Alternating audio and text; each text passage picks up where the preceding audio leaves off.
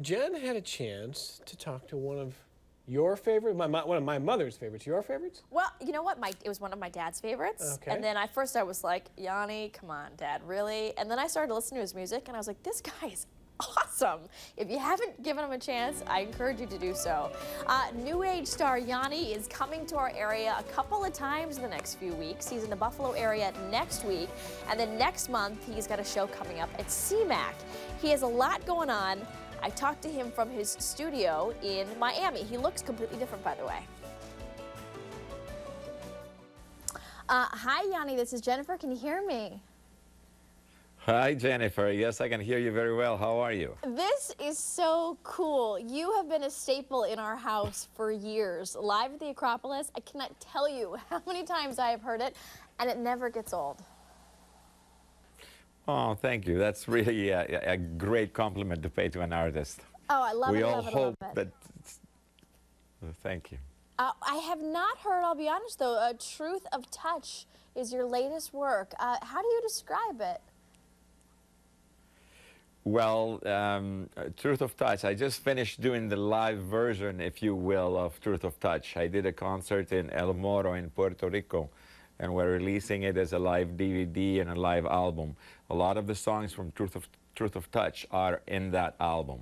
The difference is the live versions become a little more powerful. It's a pretty edgy video. It's a lot of fun because we're outside at El Moro in Puerto Rico, which is just a castle and right next to the ocean. The elements of Mother Nature are pretty powerful, and the wind and a little bit of the mist comes through. It was a pretty challenging project and a lot of fun. How do you find the different musicians who you work with? With great difficulty. It's like, it's taken me 25 years to find them all. And I think I've ended up with the United Nations, first of all. My orchestra is a mini United Nations, but it's comprised of some of the best, truly best musicians in the world. And I don't say that lightly. I can go down the line from one of my violinists, for example, who's from Armenia. His name is Samuel Yervinian, is the best violinist in the world. There's a lot of people. There's a man called Victor Espinola who plays the harp. If you've ever seen him play the harp, you will know he's the best in the world. You've never seen anything like it. That's a guarantee. And I can go on and on and on. And I'm just a lucky guy in the middle who just gets to play with all of them. I was going to say, when you compose something, do you have these people in mind for, oh gosh, Victor would sound great here? That's a great question. Absolutely. That's my job. You can think of me as a coach, even though I'm a composer and I write the music. But I also look at what these musicians do naturally, and I work from there. If they do certain areas of music really well, then I keep that in mind and work with them on that area. That doesn't mean I won't take them in places they've never been before. That happens by osmosis anyway in the orchestra, because they talk to each other and they teach each other. It's just a great environment. It's a nice, great family. I'm very lucky. You have a skill that I can't even begin to know how to do your job or even guess how to do your job. I just don't have that skill where, I start humming a tune and it's one that already exists. I can't imagine the way your mind works. Is it always going? Are you always thinking of different melodies and different things in your head? Not always, but a lot of times. I haven't had a lot of complaints from people when I have conversations. All of a sudden, I'm just gone somewhere thinking of music. But it's a joy for me. It is a joy, and I do spend a lot of the time in my life. I have spent a lot of time in my life working with music. And by the way, what you're looking at around me, it's not a very wide shot, but it's the place where I spend most of my time. It's quite beautiful, and it's very effective, and it's my dream workplace, or work PlayStation, if you want to call it. I spend a lot of hours here.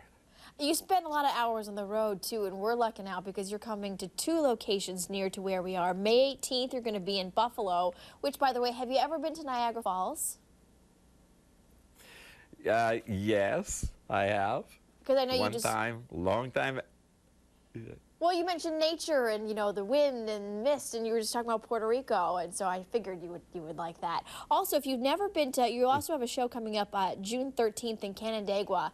It is a location called CMAC, and it's an outside venue, and it's gorgeous, set amongst wineries and a beautiful lake. And if you haven't been there yet, I think you're just going to absolutely love it. Nature is a big part of what you do. It brings you inspiration.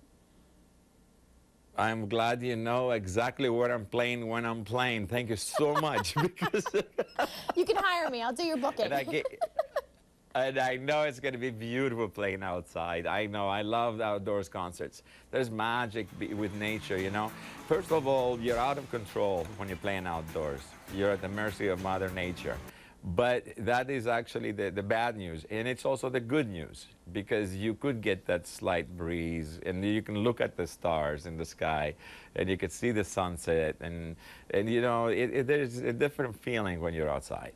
Well, I was just on your website, and we have to wrap this up, unfortunately, but I mean, I was reading about your time as a swimmer as a child, how you were able to adopt a panda, all amazing work, and now you are working to talk about the importance of adoption. So much going on in your world. I wish we had time for more, but we know we got to get back to work and back to more creating beautiful music. We're looking forward to your 2 stops in our region. Thank you for your time today. It's my pleasure, Jennifer. Thank you very much. The Greek mystique of Yanni. I think he thinks I'm a stalker now. I was going to say, he's like, thanks for knowing my schedule. And you're like, that's right, because you're going to be here at this time.